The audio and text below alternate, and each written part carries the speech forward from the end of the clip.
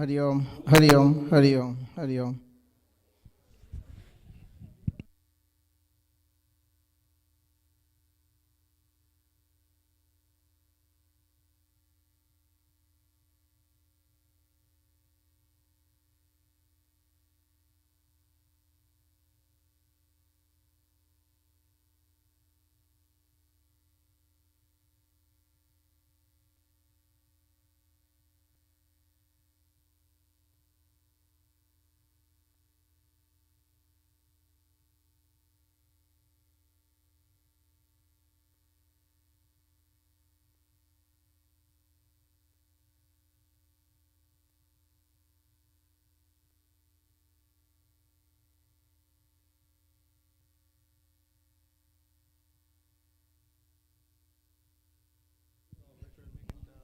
Hari Om, Hari Om, Hari Om.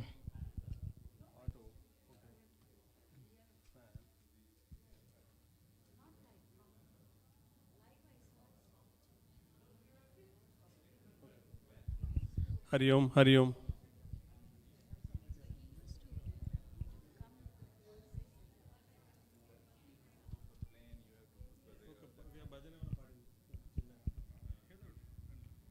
దాంట్లో మంగళవాద్యం పెడతాం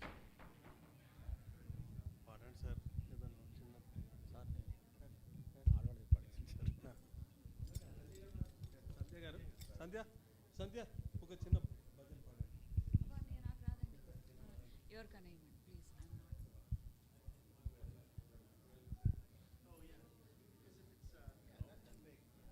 Hari Om, please.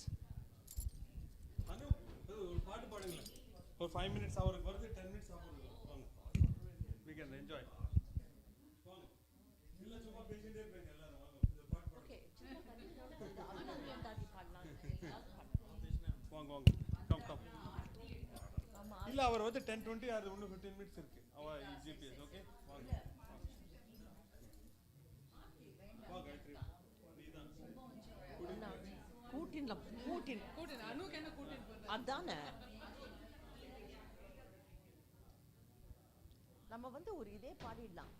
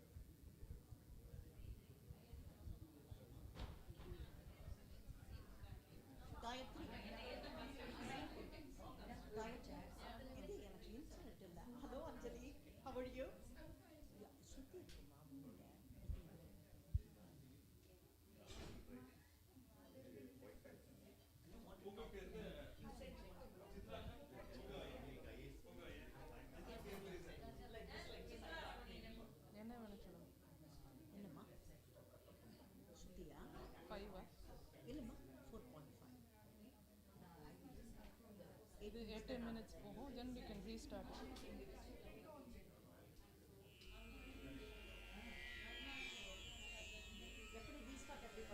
சும்மா it will come to an end, then just click on this, it will restart.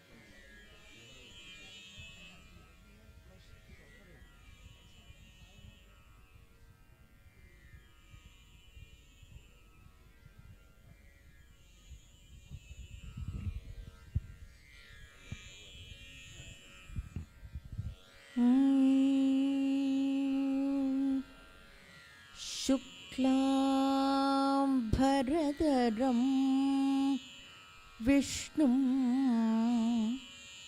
शशिवर्णं चतुर्भुजं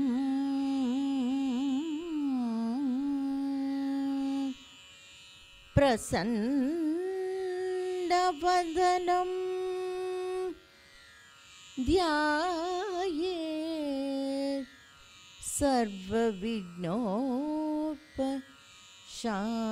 सर्वविघ्नोपशान्तये।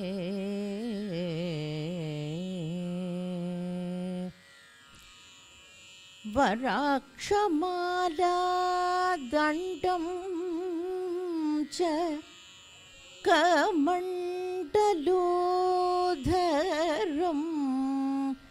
विभुं पुष्यरागाङ्कितं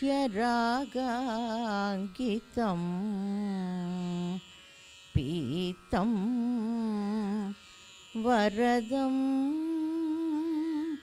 भावये गुरुं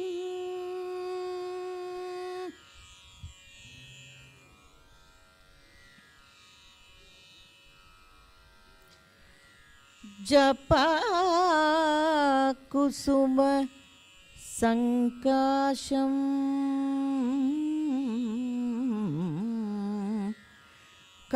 काश्यपेयं महद्युतिं तमोरिं सर्वपापघ्नं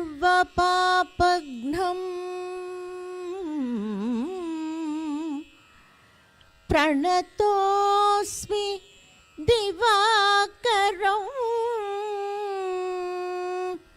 प्रणतोऽस्मि दिवाकरम्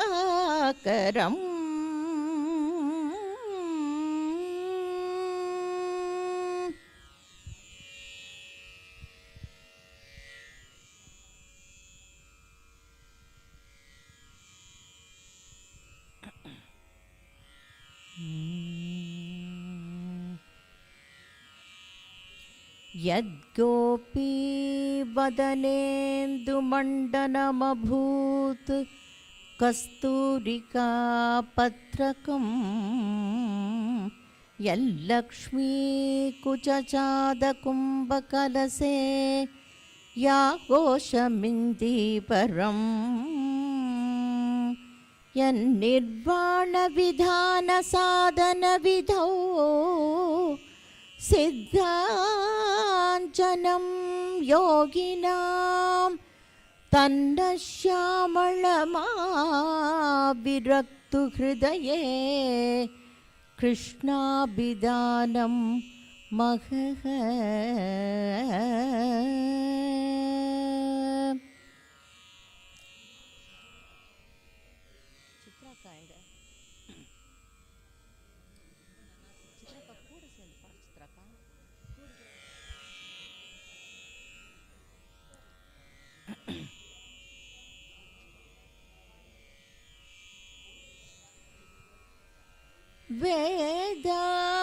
वेदानुद्धरते जगन्निवहते भूगोलमुद्भिप्रते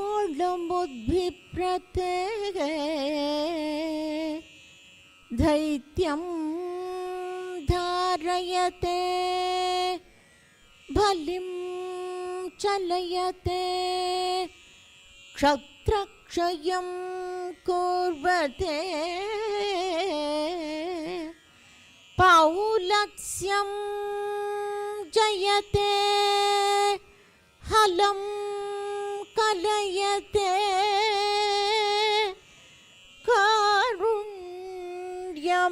कारुण्यमातन्वते म्लेच्छान् मूर्छयते दशाकृति कृते कृष्णाय तुभ्यं नमः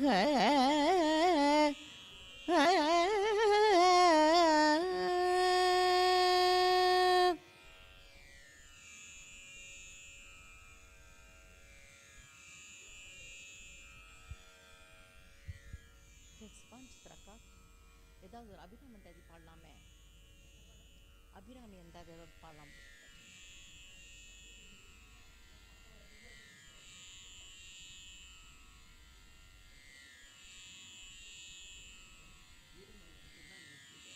இன்னும் சரியாகல உடைத்தனை பாடலாமா உடைத்தனை வஞ்சப்பிரவியை பாடலாமா காம்போதியில் இல்லை இதுலேருந்து ஆரம்பிச்சு முதல்ல கதிர் பாடுவோம் அதுக்கப்புறமா உடைத்தனை வஞ்சப்பிரவியை பாடுங்க இன் பிட்வீன் அது தொடர்ந்து பாடணும் அவசியம் இல்லை இல்லையா ദതിയുരുമത്തിച്ചുഴലുമെന്നാവി. Gayatri, can I reduce the Shruti? But in work பண்ணாது because this is can you do 4 in this if you don't mind? I'm so sorry. Yeah. Let's set it for 8 minutes if you don't mind. 4 you want? 4. Just F. F2 சொல்றது 4 F2 தான் இல்லம்மா F2 இல்லம்மா F2 அது F2 maybe 8 minutes it calls F2.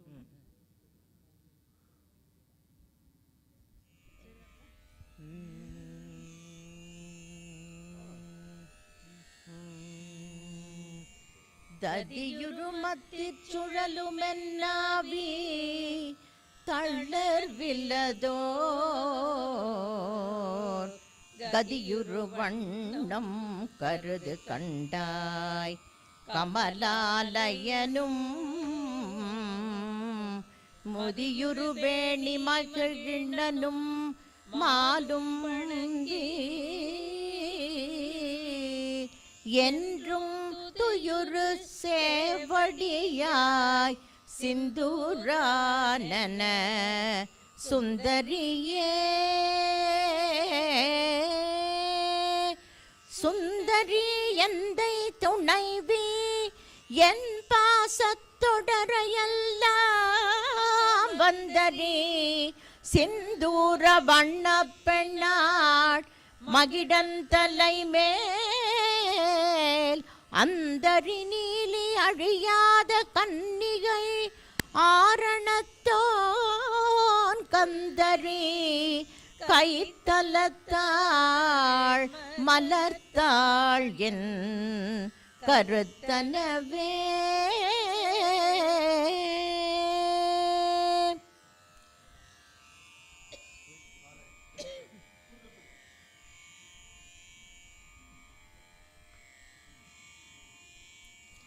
உடைத்தனை வஞ்ச பிறவியை உள்ள முருகு வம்பு படைத்தனை பத்ம பதயுகம் சூடும் பணியனக்கே அடைத்தனை நெஞ்சத்தழுக்கையெல்லாம் நின்னருள் புனலால் துடைத்தனை சுந்தரி நின்னருளேதென்று சொல்லுவதே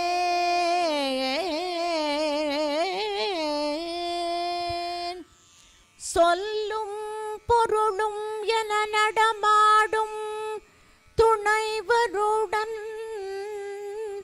புல்லும் பரிமள பூங்கொடியே நின் புது மலர்த்தாள் அல்லும் பகலும் தொழுபவர்க்கே அழியா வரசும் செல்லும் தவநெறியும் சிவலோகமும் சித்திக்குமே.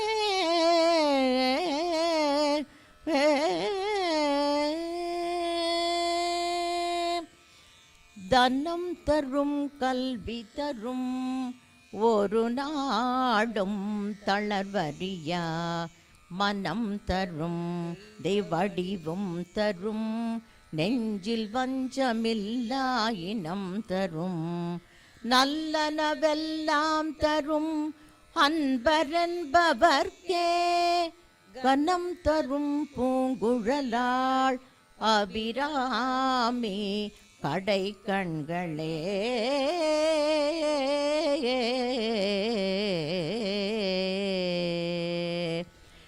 கண்களிக்கும்படி கண்டு கொண்டேன் கடம்பாவியினில் பண்களிக்கும் குரல் வீணையும் கையும் பயோதரமும் மண்களிக்கும் பச்சை வண்ணமுமாகி மதங்கர் குல பெண்களில் தோன்றிய எம்பெருமாட்டி தன் பேரழகே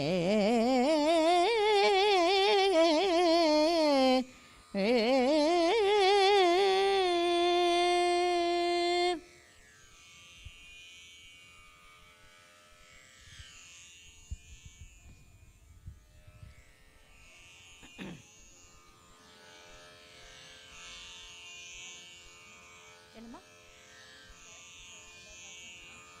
You can sing also. I don't know, whatever they want me to do. Hello, hello, Sheila. Hello.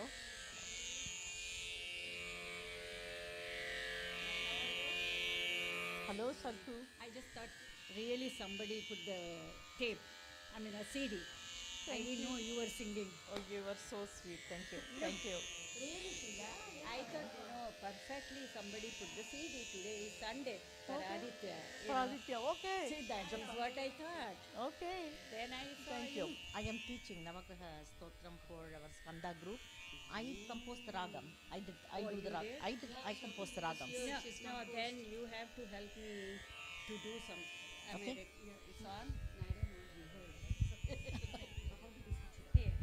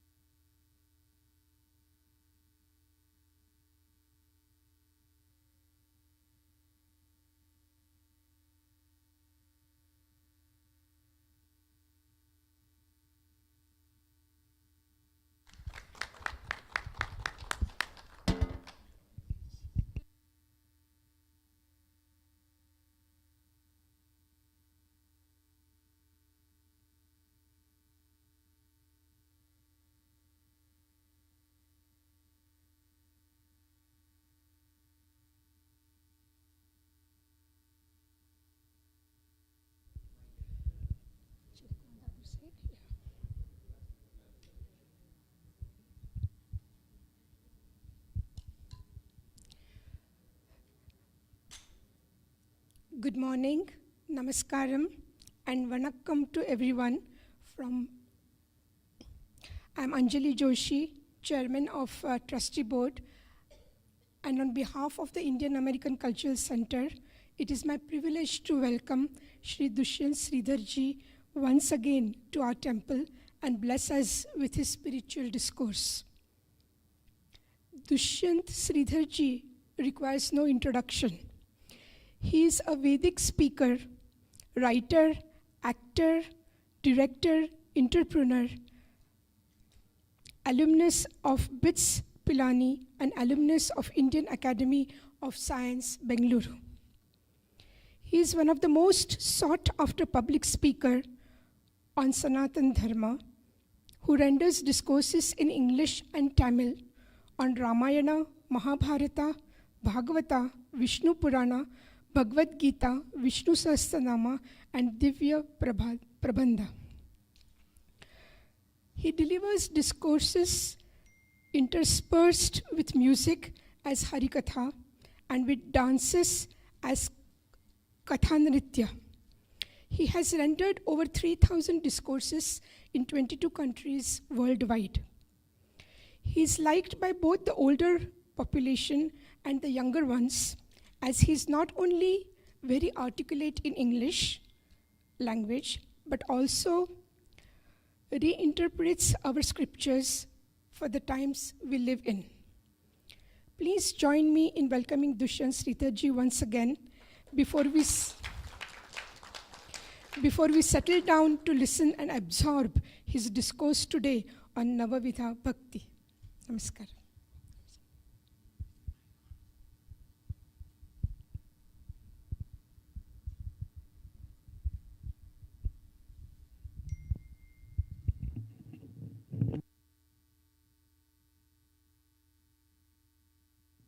Yeah.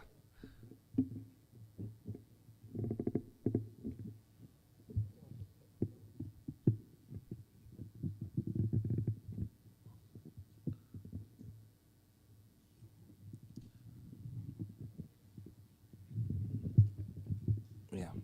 Now you can tighten it. Check if you can tighten.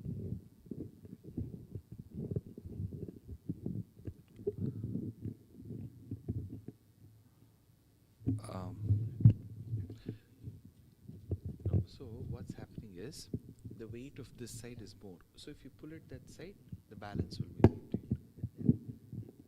Oh, you can't. I'll come here.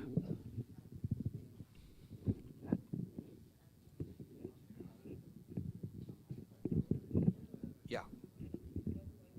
Now tighten it.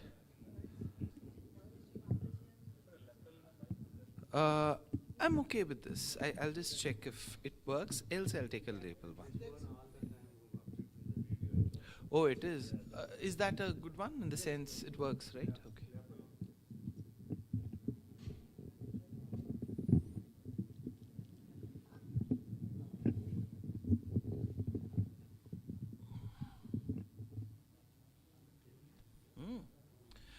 இது அவ label mic கொடுக்குறேன்னுட்டா.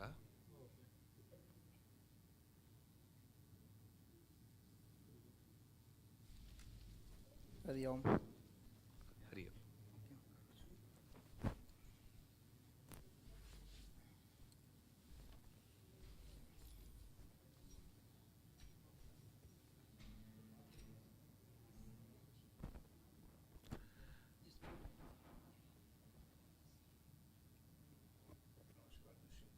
Namaste.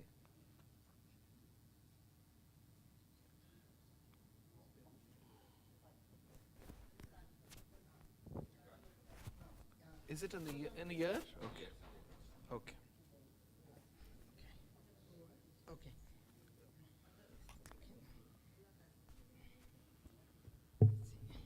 It's from the left ear, sorry. No, that's okay. I'm so sorry. That's okay. Okay. Yeah. Put it from the left, right ear. It should pick up.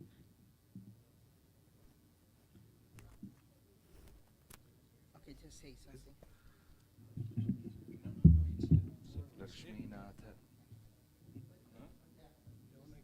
Lakshminatha Samaram it is on. Maybe the volume. Yes. Yeah. Lakshmi Natha. Yeah. It is on.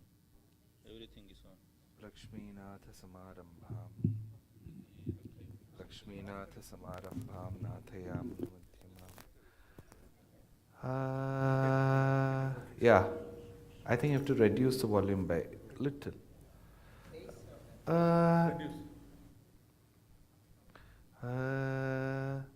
Slightly, yeah.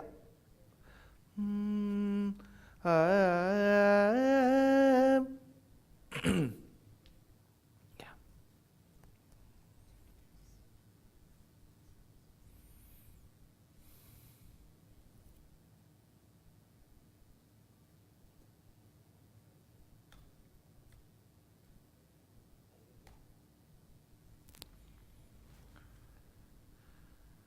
अखिल भुवन जन्म स्थेम भंगादिलीले विनद विविध भूत व्रात रक्षैक दीक्षे श्रुति शिरसि विदीप्ते ब्रह्मणि श्रीनिवासे भवतु मम परस्मिन् शेमुषी भक्तिरूपा पाराशर्यवचः सुधां सुमनसः दुग्धाब्धिमध्योद्धृतां संसाराग्निविदीपनव्यपगतप्राणात्म सञ्जीवनीं पूर्वाचार्यसुरक्षितां बहुमतिं व्याघातदूरस्थिताम् आनीतां तु निजाक्षरैः सुमनसः भौमाः पिबन्त्वन्वहम्.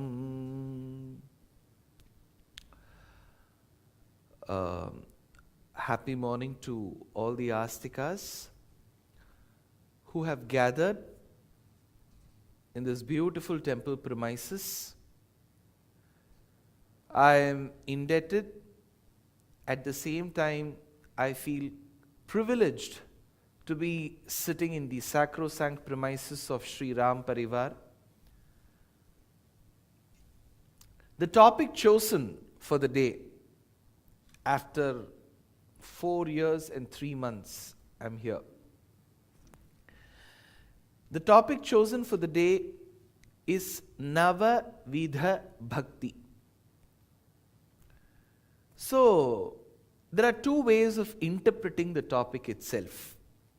One is Bhakti, which is of 9 types. Nava, Vidha. Vidham is type and Nava is 9.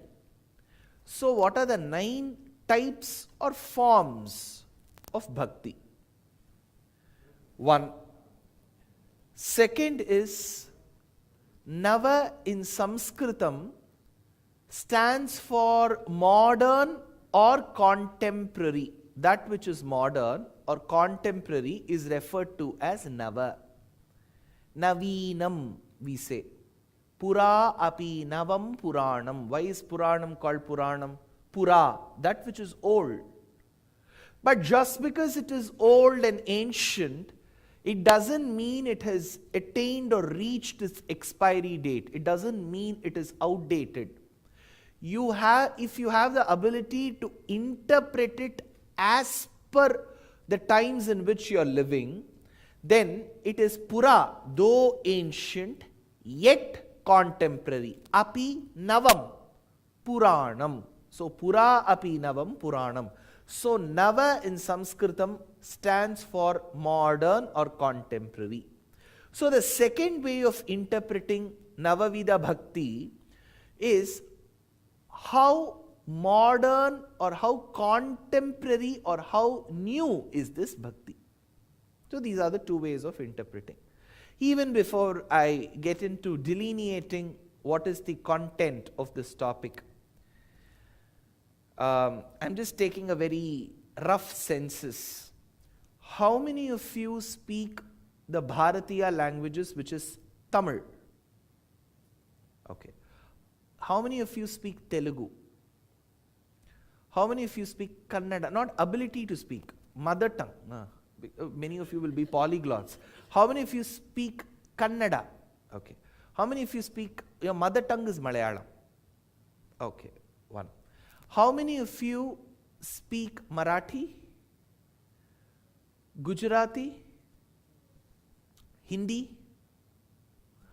Okay. So have I missed any other major language here? Because I thought whatever the languages I hear, I will quote one or two lines from each of these languages. Because we are a beautiful spiritual potpourri. We are a medley of all these languages. So I thought when it is being presented as a melange, let us make it like a bouquet of all these languages, because in Bhakti, we don't see any geographical divide. Bhakti transitions itself beyond these divides. We go beyond to another sphere. So for me, the Alvar Pasuram in Tamil is as much important as what a bhajan of Meera is. The Devarnama of Purandaradasa is as important as a beautiful composition of Bhadrachala Ramadas in Telugu. So each language has its own beauty. Until we explore these languages, and the topic itself reads Bhakti today. So Bhakti is beyond all these languages. That said, where does this Bhakti, the Shabdam Bhakti, how should Bhakti be interpreted in the theological context, and how should it be interpreted in the philosophical context? Siddhantam, how does it interpret Bhakti? And Darshanam, how does it interpret Bhakti? So these are the ways that we need to check. Now if we look at, let's say, Bhakti Yoga, I'm sure many of you will be extremely indebted to Sri Krishna, and you'll all be versatile in Bhagavad Gita. I'm sure that WhatsApp message of that recent Avadhanam which was done by the students in Dallas, where all children from various states got together and they recited Bhagavad Gita, is completely commendable. They do Avadhanam of it. I hope you all know what is Avadhanam. So if you tell the child, tell me the 12th verse of the 11th chapter, they'll be able to do. So that is Avadhanam. So the children of the US are really inspiring. So Srimad Bhagavad Gita is extremely beautiful. In that Krishna says, Svadharma Jnana Vairagya Sadhya Bhakti Eka Gocharaha Narayanaha Param Brahma Gita Shastre Samiritaha. Gita Shastre Samiritaha. In Gita Shastram, Krishna talks about Swadharma Jnana Vairagya Sadhya Bhakti Eka Gocharaha. He talks about Karma Yogam, Jnana Yogam, Bhakti Yogam, Vairagyam, Sharanagati, and so on. In that there is a mention of Bhakti Yoga. So the first 6 chapters, it's called as Prathama Shatkam in Bhagavad Gita, because you've got 6, 3 sets of 6 chapters. Prathama Shatkam, Dvitiya Shatkam, Tithiya Shatkam, it is called. In the first Prathama Shatkam, he talks about Karma and Jnana Yogas. Chapter 7 to chapter 12, Krishna talks about Bhakti Yoga. Mattaf parataram nanyat kinchidasti dhananjaya mai sarvamidam proktam sutre manigana iva. So these are all verses that describe Bhakti Yoga. Bhakti Yoga is different from Bhakti. Remember this very clearly. Mahabharatam has Bhishma Parva. In Bhishma Parva, on day 1, Arjuna poses questions and Krishna answers those questions. This compendium of questions and answers, which is Bhagavad Gita, talks about Bhakti Yoga. On the other hand, Vyasacharya's son Shukabrahmam answers the questions posed by Parikshit Maharaj. Those set of questions and answers becomes Bhagavatam. That Bhagavatam in its 7th canto called Saptama Skandam, Prahlada talks about Bhakti.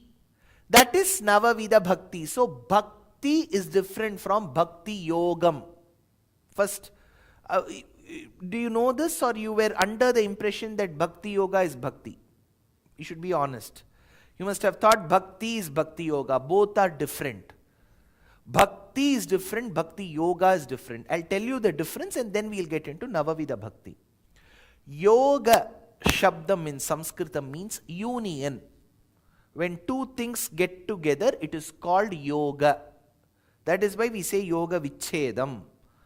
Yoga means coming together. But today, yoga Shabdam means only one thing. What is that? Asanas. You do this, you do that, Kapalbhati, scratching this thing, standing in tortoise form, Matsya form, lifting the leg, sitting like a tortoise. That is asanam. That is yogasanam. But generally we refer to that as yoga. Ye yog ke teacher hai. Yog ke teacher does only asanas. Yog ke teacher doesn't do beyond that. Maximum they may send turdal also these days. They do yoga and sell turdal also. So that is the yoga that we have learnt of today. But yoga means coming together. What comes together? When our mind gets in equilibrium with our asana, we get very close to Paramatma. That is yoga. In that yoga Shabdam, which is union, Krishna talks about a vehicle, a sadhanam, a vehicle called as Bhakti Yoga. In Bhakti Yoga, there are two wheels. Imagine this is a two-wheeled vehicle, like those carts of those days which had two wheels. So one wheel of this vehicle called Bhakti Yogam is called Karma Yogam. The other wheel is called Jnana Yogam. So Krishna says, Arjuna, travel to Paramatma, who is me, by sitting in the vehicle called Bhakti Yogam, for which one wheel is karma, one wheel is jnana. What is karma yogam? Krishna tells, do your duties well. But again, we have to be very careful. What Krishna means by duties is, just not, for example, I go sit and do my programming well. In my office, I do C++ programming, Python programming, or I am into market risk advisory or credit risk advisory. I have a dashboard and I do programming. That is one. I do it for my family. Second, he also says, do the duty what a Jivatma is supposed to do. What is a Jivatma supposed to do? Do Adhyayanam of the Shastras. Whoever is born should listen to the Shastric work. So he mentions that as karma, and then he segregates them as Nitya karma, Naimittika karma, Kamya karma, and so on. That is karma yogam. As you keep doing the karma yogam, Krishna says little knowledge will dawn. Imagine a 2-3-year-old child. You are telling your child or grandchild, get up in the morning, brush your teeth. This is all you will say. The child will listen. Take the brush and start brushing. Every day the child will do that religiously.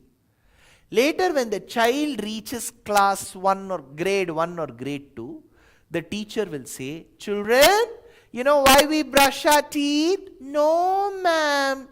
Because when we brush, we go up and down, and the layer of the germs that have accumulated overnight goes. So that helps you keep your teeth clean. So the karma called brushing is taught to the child. Why the brushing is done, which is jnanam, comes later. So karma yogam and jnana yogam are two wheels. Both are important. That is why many people ask, sir, I am just doing the karma of reciting Vishnu Sahasranamam. I do not know its meaning. Correct? First you learn Vishnu Sahasranamam, then you can learn the meaning, because both cannot go together. When you want to learn the meaning, you won't have the grasping power to learn the Sahasranamam. So learn it. While mentioning of the Jnana Yoga, Krishna talks about something called Ashtanga Yoga. He says there are 8 steps, Arjuna, to meditate upon me. That is called Ashtanga Yoga, 8-part yoga. Yamam, Niyamam, Asanam, Pranayamam, Pratyaharam, Dharana, Dhyanam, Samadhi. I will ask this in the middle of the lecture. So, Yamam, Niyamam, Asanam, Pranayamam, Pratyaharam, Dharana, Dhyanam, Samadhi. Generally, the first 4 of the 8 are associated with our external factors. Krishna says through Patanjali Yoga Sutra, yamam niyamam, you should not steal from others. Aparigraham. Aparigraham means you should not, somebody has earned hard and they have managed to live. Don't steal something from them. Aparigraham. Asteyam. Don't lie. These are all the general values that we have to follow. Brahmacharyam. Brahmacharya means that doesn't mean you should not have a married life. What he says is Brahmacharyam, have control. That is Brahmacharyam. So then he says have control over food. Ahara shuddhau sattva shuddhihi sattva shuddhau dhruva smritihi. If there are lots of sweets, I get tempted to those sweets, right? Have control over your tongue. Remember in what you speak. All these are values. Yamam, niyamam. Next comes asanam. Fold. These are all asanas. Some discipline in your life. Imagine 50 years before, when pravachanas used to happen in Bharata Desham, not one chair will be in the audience's side. They will all be sitting. We can't even imagine. Now, even a 5th grade child wants to sit on the chair. The child cannot sit for 2 hours straight like this. We all go to gym. We lift stones. But we can't sit in this asanam. So Krishna tells asanam, yamam, niyamam, asanam. Then these are all ways that you discipline yourself. Yamam, niyamam, asanam, pranayamam. So Krishna tells only when you control the air that goes in and comes out, you will have a control in your life. So rechakam, kumbhakam, purakam it is called. So yamam, niyamam, asanam, pranayamam. Then the next 4. Pratyaharam, dharana, dhyanam, samadhi. Now Krishna says when your external values, your food, what you speak, everything is under control. Now start meditating inwards. Inwards, he says, keep your senses under control. This is all what Krishna says. Don't ask if I have control. I have neither practiced any of these 8. All half-baked. But control, what he says is, even, you see, our concentration should be so high, Krishna says, that if there is a bomb burst here, even then I should be unmoved, it seems, because I'm concentrating so much inside. See, I saw one kitchen behind the Garbhagraham, correct? Suppose if they are going to make something out of ghee, I can smell it here. That means I have not reached the 5th stage. I should not sense that smell. That is pratyaharam, dharana, dhyanam. Krishna says, when you close your eyes, Arjuna, see, technically in Sanatana Dharma, meditation doesn't mean switching off the lights. All of you close your eyes. No. Krishna says when you close your eyes, it should be partially closed. The eyeballs should equally focus at the tip of your nose. And at the tip of your nose, you have to meditate upon me, Arjuna. That time I shall appear. And you should put your eyeballs in concentration to me. And in your mind, I shall start conversing with you. That is called samadhi. These are the 8 steps, and together this is called Jnana Yogam. So Karma Yogam is one wheel, Jnana Yogam is the next wheel. The vehicle is called Bhakti Yogam. So Bhakti, when you say that word, letter Bha, the opposite person's t-shirt should get drenched. Bhakti Yogam. So in that Bhakti Yogam, Krishna says there are 3 levels. Parabhakti, Parajnana, Paramabhakti. 3 levels where you are attached to me, where you are extremely attached to me and know completely about me, and the final level where you can't remain separated from me. At that point in time, the Jivatma will exit the body. That is called Parama Bhakti. This Parama Shabdam is very important in Sanskritam. Parama, Param, determines what is ultimate. We all generally say one dhyana shlokam, Gurur Brahma, Gurur Vishnu, Guru Devo, Maheshwaraha, Guru Sakshat. It is Param Brahma. not Parabrahma. Remember this, very careful. Parabrahma in Sanskritam, para means unknown. So Parabrahma means nameless, addressless Brahma. Param Brahma means ultimate Brahman. So that Param is very important. Param Brahma. There it is Brahma, not Brahma again. Brahma means the deity. Brahmam means that which is big and makes the one reaches it big. Brahma is different from Brahma. Gurur Brahma, Gurur Vishnu, Gurur Devo, Maheshwaraha, Guru Sakshat, Param Brahma, Tasmai Shri Gurave Namaha. So this is a beautiful shloka to determine how the vibhaktis are used in Sanskritam. Let's get back here. So Krishna talks about Bhakti Yogam.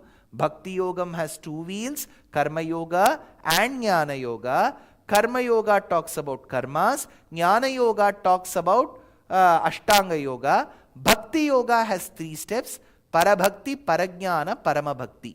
This overall is called Bhakti Yoga. Let's keep this aside. But what is today's topic? Navavida Bhakti. This is the Bhakti that we all keep talking about. That we have to be subservient to the Lord. We have to serve the Lord. We have to serve the devotees. Be good people. This is Bhakti. This Bhakti will not take us to the Lord. Remember, the Bhakti will not take. उसका इतना भक्ति है, कितना पूजा पाठ करता है. पूजा पाठ करने से the जीवात्मा cannot reach Paramatma. It will aid in dhyanam. Ultimately, the sakshatkaram should come within. So this bhakti is like a catalyst in a chemical reaction. The catalyst will enhance the speed of the reaction. But that will not react with the reactant and form a product. So the bhakti that we are going to talk today will always help us become better individuals and help us practice bhakti yoga. So please don't confuse bhakti and bhakti yoga. That said, where does this Navavida Bhakti feature? In Srimad Bhagavatam Saptama Skandam, we have Prahlada who goes to the ashramam, the hermitage of his gurus Shanda and Amarka. So when he goes to that ashramam, the teachers are bent upon teaching the boy that his father is Parabrahman. But the boy says, this is wrong syllabus. My father is not Parabrahman. He was created recently. One day he will die. And he has not been proven to be extremely useful to the society also. I don't see any something beneficial of his existence. So if at all you want to teach that my father is a big boon to the society, you are wrong. Fundamentally you are wrong. So the teachers then said, when you are not following the syllabus what we are teaching, it is better we give back you to your own father. Let him deal with you. So they go and give Prahlada back and say, he seems to be a good boy but not fit for our school. So maybe you can put him to some other magnet school. Maybe he is not fit for our level. He is beyond our caliber. So you take your child. That is when the father asks, he says, I have paid so much of fees to your school. You have studied there for 2 weeks. I want ROI. What have you learnt in these 2 weeks? He is a perfect market person. If I have invested for 2 weeks, at least the stock value has to increase by some percentage. What is that value? That is when he asks, my dear son, in these 2 weeks that you studied with these two teachers, what did you study? The boy says, I learnt Navavida Bhakti Appa. Tande, nanu Navavida Bhakti kaltidini.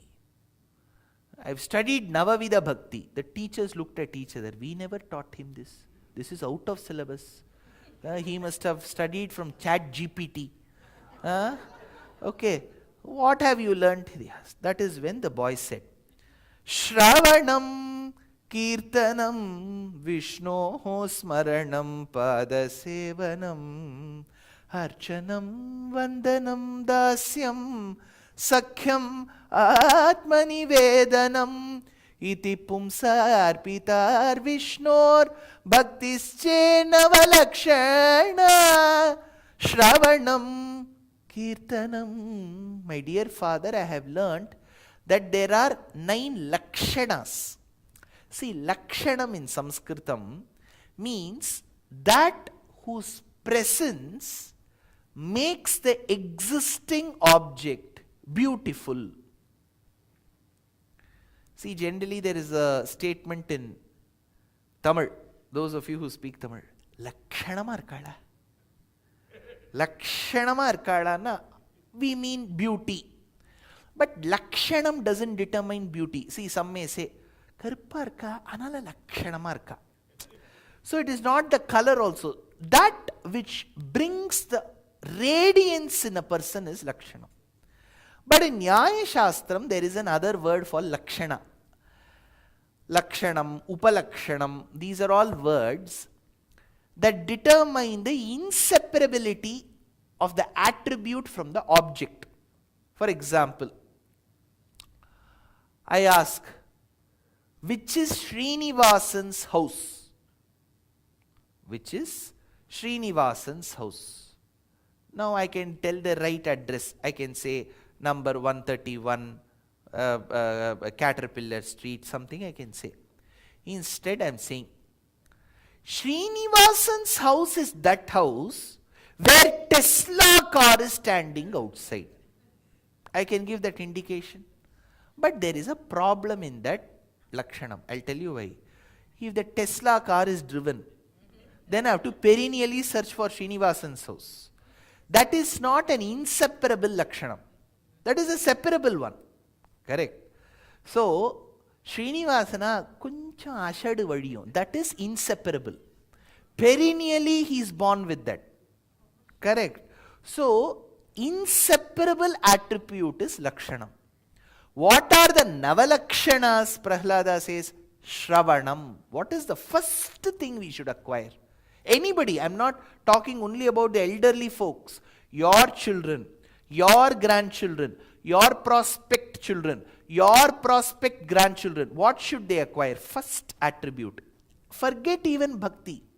Even in school days, while even not even getting into school, first thing, Shravanam, listening. See, there is no skill equivalent to listening.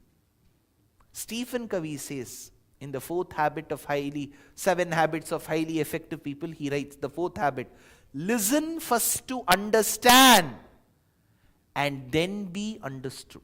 First listen. Nobody wants to listen. So Shravanam, keep listening. There is nothing equivalent to listening. That is why when some of the parents approach,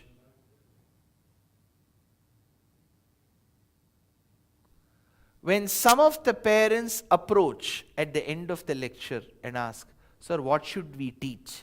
What should we inculcate in the children? Make them listen. See, if the child is quite adept in the Bharatiya languages, then make the child listen to the lectures in Bharatiya languages.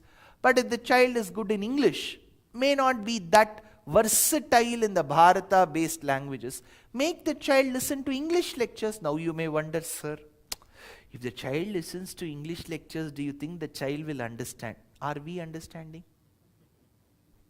So never underestimate a child's caliber. At times they will understand much better than what we can do.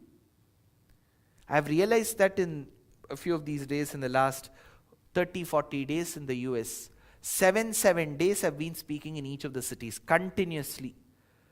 When I give some of the toughest of the content and then ask questions from the same content 2 days later, the child answers. None of the elderly people answer.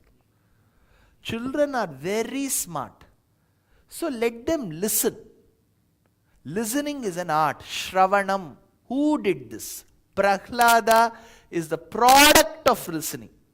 While he was housed in his mother's womb, in Kayadhu's womb, Narada Maharshi used to give lectures every day. And as a fetus he listened. So listening doesn't begin when the child is born. When the child is unborn, it begins. Jayamanam hi purusham. Trust me. Puranam says, Jayamanam hi purusham yam pashyen madhusudanaha satvikaha satuvigneyaha savai mokshartha chintakaha.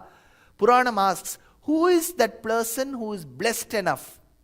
To which the Puranam answers, the one who is blessed enough in merry will is the person who has listened to the glory of the Lord while they were in their mother's womb. Today, if each of you are listening and if I am speaking about bhakti, trust me, when each of us were in our mother's womb, our mother would have surely listened to Ramayanam or Bhagavatam. That is why we are listening today. You know, we talk about different theories, one of it which is called as the butterfly effect. Right? Because our mothers listened to Ramayanam and Bhagavatam, today at a different year we are listening today. We think it's just a happenstance. No. Because our mothers listened today, we are listening. Shravanam. Prahlada is a beautiful product of Shravanam. Keep listening. Listening is important. But listening alone cannot suffice. What should we do? As we listen, like Prahlada listened, but we should do kirtanam of it. Kirtanam is what you listen and say it out. See, there is nothing equivalent to opening your mouth and chanting except mantra. Mantra rakshana gudhatma karya siddhim prakashayet is a shlokam.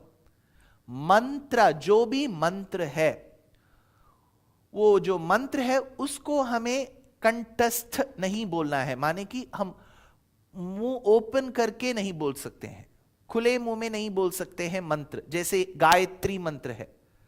Gayatri mantram should not be recited in the public.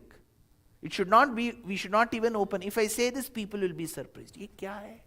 Anuradha Paudwal जी गाए हैं, शंकर महादेवन जी गाए हैं, हरिहरन जी दो राग में गाए हैं. वो गाएंगे, मैं क्या करूं? But Shastram says mantram should not be cited. Even you should not open your mouth. Mantram alone. This is how you should say it. Because the moment pranavam comes, pranavam is omkaram. When the moment pranavam comes, it becomes Vedam. And the moment you have aksharam, for Om iti vyaharet, Nama iti paschat, Narayanayetu parishtat, Om ityeka aksharam, Nama iti dve akshare, Narayanayeti pancha aksharani, says Upanishad. So pranavam is ekaksharam. Namaha dve akshare. Narayanaya iti panchaksharani. Eka dve pancha. Ashtaksharam it is called. Or pranavam, namaha, bhagavata shabdam, vasudeva shabdam, aya shabdam.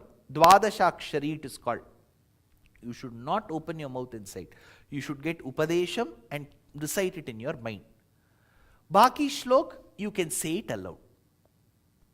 Whatever you get, you can say it aloud. Even in Vishnu Sahasranamam, while you're saying it loudly, right? Shuklam Baradharam Vishnum Shashivarnam Chaturbhujam. It is called Purvangam, the first part. Towards the end, you get Sura Gobigandhar Chitram Ram Ramyatetam Trubhavana Vabusham Vishnu Visham Namami. Shantakaram Bhujagasayanam. That Dvadashaksharam comes, right? That time you have to do it in your mind. And then come. You should not tell that aloud. This is the rule. Now you may ask, what if I break that rule? You can always counter me. See, ours is an open civilization. You have the right to question. That much you have the right. Whether we get the answer or not, you are allowed to question. Your head will still be attached to your body. So nothing will happen to you. You have the right to question. But mantram should not be recited in the public. Everything else can be recited. Kirtanam. Kirtanam means singing the glory of the Lord. There are various ways to sing the glory of the Lord. If you don't know music, you don't have to force yourself to sing. You can just recite. So, whatever you know, you can cite. You can cite or sing based on your voice caliber. But Kirtanam is important. That is why this Bhakti movement was very important in Bharata Desham. Jayadeva was a pioneer in this Bhakti movement. Chandana charchita neela kalebara pita vasana vanamali. He sings in Ashtapadi. Harismarane mado nirantara paragati ke gidu nirdhara Harismarane. This is Devarnama. Adigo Bhadradri Gautami Idigo Chudandi. Bhadrachala Ramadasa's Kirtanam. So they were all pioneers in bhakti. So Shravanam, listen. What you listen, sing. But there is a problem here. If you say something, I listen. Immediately I sing. The third most important attribute is to remember. That is the problem. Many say, sir, I listen to so many lectures. Itna अच्छा है sir. बोल भी नहीं सकता हूं, इतना अच्छा है वो जो विषय है ना, इतना गंभीर्य है उसमें, सुनने में इतना अच्छा लगता है, लेकिन याद नहीं रखता है सर, क्या करें? Right? People have this problem. We listen so much, but we are not able to remember. That is why ahara shuddhau sattva shuddhihi sattva shuddhau dhruva smritihi. Your food also is a determining factor in what you remember. Now we may say, sir, we have all the data in iPad, why should we remember? Correct. Now we don't have to remember anything. Address is there in the phone. You put that to GPS, GPS will tell you the way. I'm sure those of you who have lived in the US for 30 plus years, anybody 30 plus years here? So 30 years back, imagine, you had no GPS. So if you have to reach point B from point A, you would first sit with the map, write down the way, then 2-3 times you will remember, take an exit here, go in 401, from 401 take east. You will remember that also. You don't have to remember now because that auntie comes with us. Vaikuntaloka Manimantapa Margadai. Right, she tells, go straight, take right, take left. She is required even to Vaikuntham. Because the Jivatma has to be guided to Vaikuntham. Then how will you know? Vihayasa gatihi jyotihi suruchit hutabuk vibuhu ravihi virochanaha suryaha savita ravilochanaha se sahasranamam. How will the Jivatma know that it has to cross so many worlds? So that madam has to come there also. So, this guidance, you don't have to remember anything today. Trust me, you don't have to remember anything. But that's the biggest curse that we have. I'm not saying technology is bad. We are recipients of good technology. But we are doing it at the cost of our own memory. No phone number we have to remember. Address you don't have to remember. Email ID you don't have to remember. Even the spelling. See in Google knows that we are very weak in spellings. So if you type something, it will ask, did you mean this? Have you noticed that? It will ask. Or it will give through search engine optimization. The moment you type how to, then it will give you a list of questions. You don't even have to remember the question, forget the answer. So we have reached that stage where our brain has no work to do. That is why, there are many cases, if you see, where case after case I remember in my own vicinity, in my own family, dementia. Then the doctor, if you go, then they'll say, start with Sudoku. Keep putting those numbers. Keep putting this. Instead, we could have recited the shlokas. That is why make it a point. Forget way, roots, and all of that. Let the modern technology take care. Every day, make it an exercise. One shloka you have to memorize. Just one shloka. Just 2 lines. Anushtup Chandas. Don't even take a Sragdhara, Malini, Mandakranta Chandas. They are all 4 lines, big shlokas. 2 lines. Make it a point. Today I have to memorize 2 lines. By the end of the day, you should have memorized. So you are giving some useful work to the brain. That is very important. So the third part of bhakti is Shravanam, Kirtanam, Smaranam. But here Prahlada is very careful. He says, Vishnoho Smaranam. Whom should you remember? Because I can remember the recipe given by that undiyo. Undiyo, you know, the beautiful dish. Undiyo. I know undiyo recipe also. That also I can remember. But what is the use? When we go to Vaikuntham, what do you remember? Undiyo recipe. So, remembering should also be. That is why Prahlada is very careful. He says, Vishnoho Smaranam. He knows our mentality. So, we say, yes, even I remember, people say, Virat Kohli in the match in 2018 hit 138 runs. What is the use? Virat Kohli has earned and settled with Anushka and Vamika. What is our use? He has hit 138 runs. Is any of our benefit, is it beneficial to us? So remember what is relevant for your Atma Shreyas. Determine this. Atma Shreyas comes from good mind. Good mind comes from thinking of the Lord. Thinking of the Lord comes from shlokas. Remembering the shlokas and thinking of the Lord's attributes and then cleansing your mind helps in your Atma. Remembering he hit 138 runs is not benefiting me. So you should learn the art of choosing what to remember and what not to remember. See, our mind is actually the trash. So it will remember all unwanted things. You just go home and check what all you remember. You'll remember one fight that you had with the cousin 20 years back, what that person said. Today I spoke of Ashtanga Yoga. Check when you go home whether you can tell all the angas of Ashtanga Yoga clearly. It is not because age is a factor in not remembering, because we are subconsciously telling our mind this is not important, don't remember. That is why we are not remembering. Age has nothing to do. So Vishnoho Smaranam, think of the Lord. Smaranam. See, the greatness of Bhishmacharya is, Bhishma was the overlived person during the Mahabharata times, because Bhishma, he has seen his father Shantanu.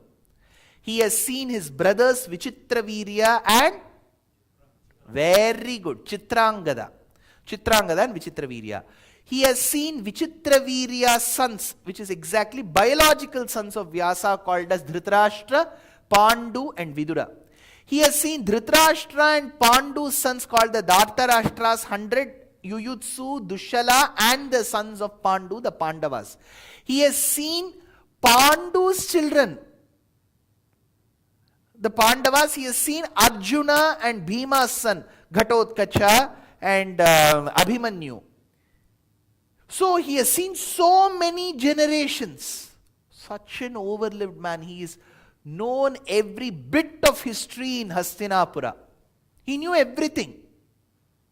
But one mistake what Bhishmacharya is accorded to in the Mahabharata times is when that lady, she was menstruating, she was bleeding, she was pleading for help. When Draupadi asked, Bhishma could have immediately risen from his seat and hit Duryodhana. Nobody would have questioned him. That time somehow Bhishma dilly-dallied. He said, no, as per clause 34b and 54f, the wife is a possession of the husband, he said. He didn't come to the rescue of Draupadi. That is why Krishna makes it a point. When you are my bhakta, you should have helped her. Rather, you started quoting rules.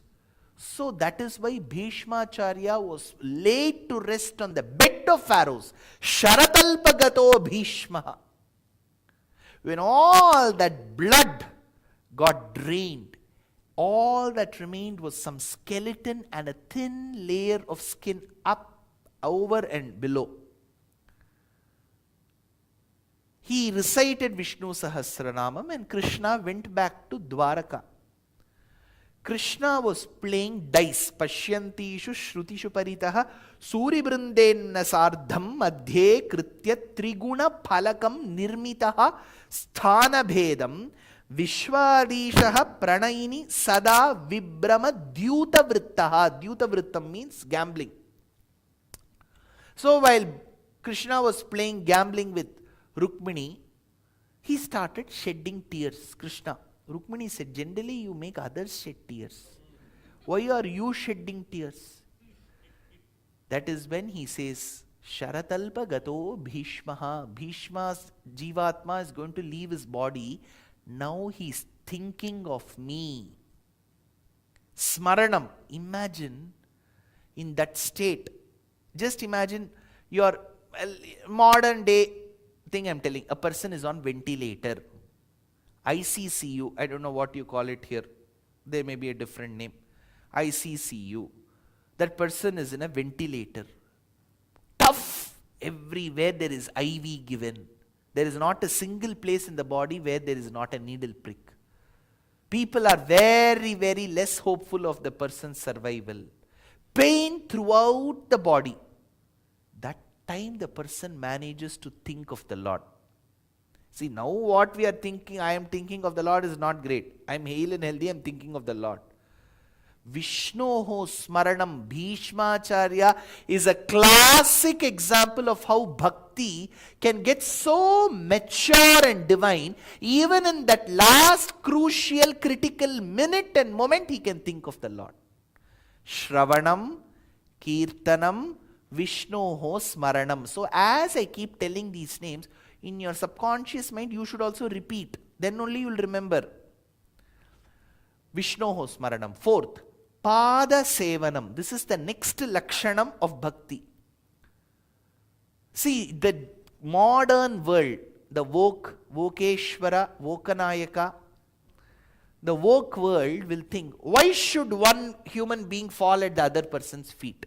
Imagine in Bharatiya civilization, if a person is elder to us by age, knowledge, we immediately prostrate at that feet. The Western civilization may not acknowledge it. Why? Why should we fall? It is very tough to explain. There is no compending rule that you have to fall. But that respect comes with us and we immediately fall at the person's feet. Not to say that the person opposite me is Brahma and he has created the world. He may be a few years elder to me. But we fall at the person's feet. Pada Sevanam. You remember? In Rajasuya Yajnam performed by Yudhishthira, each of them was given a responsibility. See, generally when we have a family function, we all say, what should I do? Naan yen madbekanta heli solpa. Na enna padana. Varavalala vaangon jolatuma. Illa yarum varudave illa neenga onnum sollave venda. Vandadane vaangon solradhukku. Naangale 4 pere panni mudichurradha irukom. யாரையுமே கூப்பிடல, நான் கூட்டவா யாரும் வரல, கூப்பிடுற மாதிரி நான் வச்சுக்கவும் இல்லை ஒருத்தரையும். So we generally ask amongst our friends and families, how can I serve you in the marriage? They will give us some duty. You do this, you do that. When the Rajasuya Yajnam of Indraprastha happened, Krishna, who is the king of Dwaraka, biggest army they had he lived now during the time, Zelensky would have asked his help. So that big an army he had. Krishna said, I want to take up one duty. That is when Yudhishthira said, Krishna, you please enjoy. Come and stay in Indraprastha. We have arranged a good presidential suite for you. Jo bhi chahiye. Whatever cuisine you want, we will arrange for that. Don't take rest. Krishna said, no. Whoever is a scholar who comes to your house for that housewarming, I want to wash their feet. This comes in Mahabharatam, check. In Sabha Parva, Krishna tells, I will do Pada Sevanam. Krishna was the king of Dwaraka. Why did he do? However great you are, be subservient to knowledgeable people. When you do service to knowledgeable people, they will get impressed with you and they will teach you 1 or 2 things that will last in your life forever. See, everything that is required for life will not come from our university courses. They may teach you certain courses, but how to live that life, that will come through experience. Tadvidhi pranipatena pariprashnena sevaya upadekshanti te jnanam jnaninaha tattvadarshinaha, says Krishna. See, I remember many of my acharyas, they used to do service to their acharyas. In the mid of the night, if the acharya has to perform a particular kriya, they would go near the well and the student would come and fetch waters from the well and give it to the acharya. And the teacher will be so impressed with the student, he will say, see, in Ramayanam, there is one place, my dear student, remember this. In Aranya Kandam, this thing comes. They will tell. That may not be there in the book at all, in the published books, but the teacher will say. That knowledge will last. When the teacher is impressed with our bhakti and tells something, right, that will stay with us forever. So our behavior should be so conducive enough that the teacher is able to bestow that knowledge on us. That will come only through service. Like how Krishna washed the feet of every Bhagavatottama who came to Indraprastha. Pada Sevanam. I am sure some of you may have heard this. In the traditional mathas, there is something given to the student called as Shripada Tirtham. Have you heard of this? Shripada Tirtham is given and then that water is used to wash. It is called Acharya Shripada Tirtham, means water that has come from the Acharya's feet. The moment we say this, some movie director will take it and put it in their movie. And they will portray it wrongly. What they will do is, they'll keep one plate. The teacher will keep both the feet. They will wash that feet well, and then they'll take that water. That is not Shripada Tirtham. That will be very dirty. So, what is Shripada Tirtham? The moment the teacher comes after bathing, the moment he steps out, his right foot will be kept over a patram.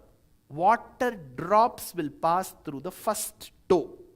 That water is sprinkled. That's all. Entire feet you wash, there will be a lot of dirt. So that is why the movie directors should patiently listen to lectures. Else all these wrong interpretations will come. Shripada Tirtham, Pada Sevanam, Shravanam, Kirtanam, Vishnoho Smaranam, Pada Sevanam. The fifth one, beautiful one, Archanam. Archanam comes as a duty where you venerate the Lord. You sing praises of the Lord. जब हम कोई किसी के घर जाते हैं तो तुरंत बोलते हैं बहुत खुशी हुई आपसे मिलके. I'm very happy I've come to your house. Such a beautiful house you have. Oh, these are your children, very nice. However those children are. You have to say. Oh, so good to move. That is why the parents will say, oh, you're just seeing them for today, so they are good. That is why husband and wife keep having fights. First day when they meet, they will be very pleasing to each other. Can we talk? Then it will become we need to talk. So they will keep talking. So when you move with a person, you will understand the true character. But generally when you go to a house, you say some nice flowery things about that person and that house. Similarly, when you come to a temple, a sacrosanct premises, and you have to sing praises of the Archa Vigraham. See, when the Lord is stationed in one place, in Agamam that is called Archa. Archa means stationed in one place. Whereas when the same Ram was in Vibhavavataram, Vibhavavataram means when he lived. He was not stationed in one place. He brushed, he ate, he married Sita, he went to the forest, fought with the demons, came back. He acted like any other human. Whereas now in the Archa Vigraham, he is stationed, Avikaraya, Shuddhaya, Nityaya. He won't move from this place of Merrillville. He is very much attached to Indiana. He won't move anywhere. In this Archa Vigraham, we are coming to his house. We have to sing praises about him. How do we sing praises? For that, we should know Ramayanam well. We know Ramayanam, but that well cannot be added. ऐसा ही पता है. We know that Ram married Sita, Sita married Ram. There were some problems in their life. They sorted it out. This is all we know. That is when our acharyas come to our rescue. They say, I know your limitations. They are looking at us and telling, I know your limitations. So I will design and compose Archana, which is his praises. You just have to repeat them. So how do we sing praises? Oh, the one who has measured the worlds. Oh, the one who is very affectionate to devotees like Prahlada. Oh, the one who rescued Mother Earth from Hiranyaksha. Oh, the one who is very accessible to his devotees. Oh, the one who has got beautiful eyes. Oh, the one who has got a champaka flower like nose. Oh, the one who has got lips as red as the coral paste. Oh, the one who has got a neck that is as beautiful as a conch. Oh, the one that has got a broad chest that is resplendent with a gem called Kaustubha. Oh, the one who has got a thin hip and a beautiful gem-like nabhi or navel. Oh, the one whose thighs are covered in yellow silk. Oh, the one who has got feet that are as soft as the lotus of the newly blossomed lotus. Now we do Archana. That is why our Acharyas have made ready-made Archanas. Trivikramaya Namaha, Vamanaya Namaha, Sridharaya Namaha, Rishikeshaya Namaha, Padmanabhaya Namaha, Damodaraya Namaha, Prahlada Varadaya Namaha, Saulabhyarupaya Namaha, Saushilyatmane Namaha, Audarya Gunavattaya Namaha, Audambaraya Namaha, Sthirabharyaya Namaha, Mahaviraya Namaha, Sthirapujyaya Namaha, Bhavakrute Namaha, Punyakrute Namaha, Sakshine Namaha, Ajayaya Namaha, Jayaya Namaha, Gunabhadraya Namaha, Mahabhadraya Namaha, Subhadraya Namaha. So these Archana will help us. We are outsourcing our puja through Archana. You're able to get, because we have to sing praises, we don't know to sing praises. So we are borrowing that Archana and we are giving it to the priest. Sir, on my behalf, you please say some nice things to the Lord. So what should we do? When we are outsourcing, we should patiently listen. Do we do that? We have paid $5. Ho gaya, job. So that priest will keep doing, we can do whatever we want. That is not Archana. We have to patiently listen when the priest is doing. That is like honoring. Archanam. You have to sing praises. Archanam. Dasyam. Okay. Next step. Shravanam, Kirtanam, Vishnoho Smaranam, Padasevanam, Archanam. After Archanam, Dasyam. To be subservient to the Lord. You have to think that the Lord is Paramatma, I am Jivatma, I am subservient to Him. Again the Western world will ask, why everybody is independent? Why should we think we are subservient to the Lord? There will be some few Vokeshwaras, they will ask that. Why should we be subservient to the Lord? We are first of all not independent. Remember this. Getting a professional degree and telling that I am earning every month, financial independence is not overall independence. Just in the last 6 months, there are many IT companies in the West Coast which have laid off thousands of employees. People who said I am independent, what will they do the next day? So we are dependent on people around us. What is the harm in saying that I am subservient to the Lord? Main Bhagwan ka das hoon. For example, there is this Shabdam, Dasa Shabdam. Dasa Shabdam and Dasi Shabdam. In Sanskritam, if I say Dasosmi, means I am subservient to the Lord. How will a woman say that she is subservient to the Lord? Dasosmi is what men will say. Women should say Dasasmi. So men will say Dasosmi. Women should say Dasasmi, because that Dasi plus Asmi will become Dasa. So that is the Sanskritam grammar. For example, we say Dhirga Sumangali Bhava. Have you heard of this? Dhirga Sumangali Bhava. This is 100% wrong in Sanskritam. It is Dhirga Sumangala Bhava. Sumangali.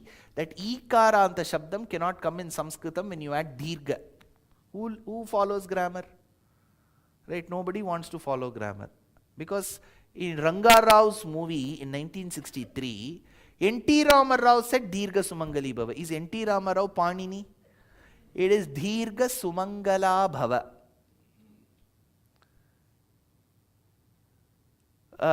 There is this, what is that? Dirga Ayushman Bhava.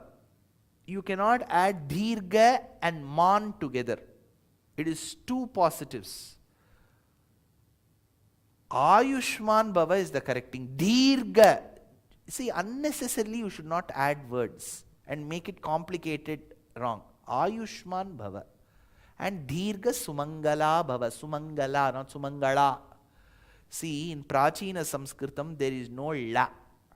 ഈ മലയാളത്തിൽ ഉണ്ട ല ആണല്ലേ, ആ ല സംസ്കൃതത്തിൽ ഇല്ല. There is no la. It is only la. Dirga Sumangala. La. Later Sanskrit poets, they imported la from the other languages.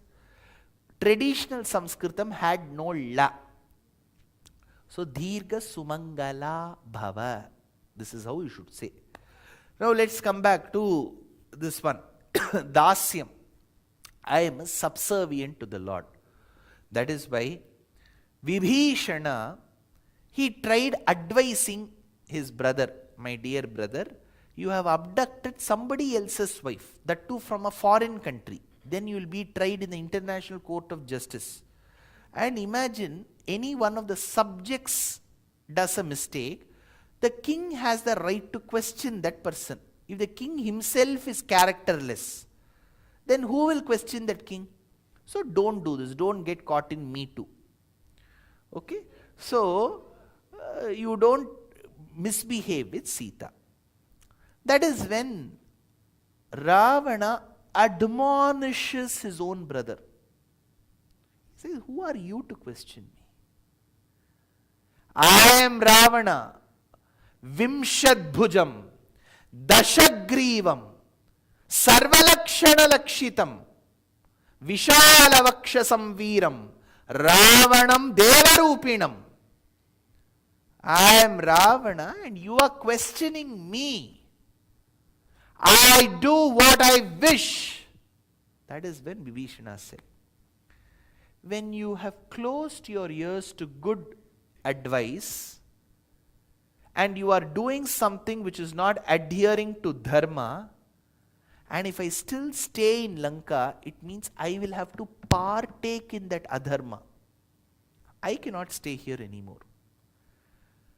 I know I am at a weak position now. I will leave this country immediately. He leaves Lanka. Tyaktva putra dharamscha, he left his wife, children, property, everything, and he went to Bharata Desham. Till then, Citizen Amendment Act was not implemented. He had come from the neighboring country. Whether to take him or not, that was $1 million question. That is when Sugriva goes and tells Rama, sir, should we take him or not? He comes from a foreign country. He might come to divide and rule like East India Company. So what should we do? That is when Rama says, he has come seeking Sharanagati. There is a rule in Sharanagati. Remember this. Mahabharatam states, and so does Agamam. If someone wholeheartedly they say, I surrender to you, please forgive me, you have to forgive them. No, if you have done a mistake, I will never forgive, then you are bound for Maranam, says Shastram. If someone says sorry, you have to forgive. That is what Sharanagati Dharma is. So Rama says, I will accept him. Why? Because he is Dasa. Dasatvam. Ramachandrasya dasoham Shri Sita Nayakasya Guru Guhahitasya Rama Chandrasya dasoham. I have to be subservient. The same bhakti what Hanuman showcased to Rama. See, Hanuman is of Vanara category. Hanuman is there. Rama is Nara category. Hanuman is a celibate. He studied in a boys only school. Rama studied in a co-ed school. Hanuman had vowed not to marry. Rama was married. Rama's wife was kidnapped. Had it been me, I would have said, it's his problem. Right? எங்க வந்து சொல்லிருப்பா, அவர் பொண்டாட்டி தொலைஞ்சு போயிருக்காரு, நீ எதுக்குடா அலட்டிக்கிற, நீ உள்ளவா, அவர் ஏதோ பண்ணிட்டு போறார், அவர் ஏதோ பார்த்துக்கிறார், நீ எதுக்கு எல்லாம் மூக்க நுழைக்கிற. But Hanuman goes in search of Sita. Imagine Hanuman's state. First of all, he is not searching in a known territory. See, in our own house where we have lived for 13 years, we will search for the car key. We won't get it. Then finally 2-3 people will search. It will be in the same place where we keep every day. In a known place you are searching and you are not getting. Hanuman is going to an unknown territory, new country, meeting a lady of a different community. She is not a Vanara Jati, she is a Narajati woman. He has never seen her. See, that is a bigger problem. If you have to go search for a person, you need that person's photo. Sita had locked her FB profile. So Hanuman cannot see her profile photo also. So how did he go? See, will you even take up this task? See, you are getting a client proposal. There is an RFP, RFQ. They have to give you requirements, then you will give. Then you will tell whether I can do this project in these many days. Rama is the person who is giving the client to the vendor. The vendor here is Hanuman. Hanuman is the one who accepts this project. He has not seen Sita. Sita is in an unknown country. She belongs to a different jati. But Hanuman takes it up as his task. That is Hanuman's greatness. See, nobody could have done what Hanuman did. First of all, easily they would have got caught by Ravana. Or they would have spotted some other lady as Sita. He will come and tell, Rama, I saw Sita. You, that is not Sita, that is Geeta. All the indications. இங்க ஒரு மச்சம் இருந்ததே ராமா, ஐயோ அது சீதைக்கு ஒன்று விட்ட தங்க என்ன, அது Geetha. So Hanuman has to go back. So Hanuman was perfect in spotting Sita. How? Because Dasatvam will give you that knowledge. You know how Hanuman spotted Sita? First, if you look at Sundarakanda, because everybody does Sundarkand part. Sundarkand part is not only reciting, understanding Hanuman's intelligence. Hanuman first thought Ravana's wife as Sita. He mistook. Aspotayamasa chuchumba pucham nananda chikrida jagau jagama stambhanaroham nipapata bhumau nidarshayam swam prakritim kapinam. He showed the quality, nature of a monkey. Nidarshayam swam prakritim kapinam. Prakriti is nature, kapinam is monkey. Monkey's nature. Why? He kissed his tail, he went up the pillar, came down. Why? He thought Ravana's wife Mandodari, she is Manda Udari. Udaram means stomach. Manda Udaram means thin stomach. So it's not Mandodari, it's Mandodari. So he mistook Mandodari to be Sita. Then he researches. See, life is always not about taking decisions, but to think whether the decisions that we have taken have been right or wrong. You have to revisit your decisions. So Hanuman thought, I concluded this is Sita. But this cannot be Sita. Why? Why will Rama's wife be sleeping so happily next to Ravana? The way she was sleeping determined that this could not be Sita. Oh, what a fool I am. Then he goes in search of Sita. He goes everywhere and finally sits on Shimshupa Vriksham and sees Sita. That is where Hanuman's intelligence comes. Why does this intelligence dawn upon him? Because of Dasasvabhavam. When you're truly, honestly, sincerely, justfully subservient to the Lord, subservience will grant a knowledge. That bhakti will grant you knowledge. How did he find this is Sita? See, Sita, while she had left Ayodhya, what dress did she wear? What did she wear throughout the forest? She wore some dress. What dress? Forest dress she wore, is what we are told. Right, when Arun Govil went in that Ramayana, his wife wore wrong. She tried wearing the dress that is meant for the forest dwellers. It's called Valkalam, made from the bark of trees. But in the same Srimad Valmiki Ramayanam, for us Moola Grantham, Adi Kavyam is Valmiki Ramayanam. Valmiki states in Ayodhya Kandam, when she tried wearing it, Dasharatha says, this wretched lady called Kaikeyi has sent my son on an exile. My daughter-in-law should not suffer. Lakshmana, for her stay of 14 years, whatever silk saris and jewelry is required, take them with you.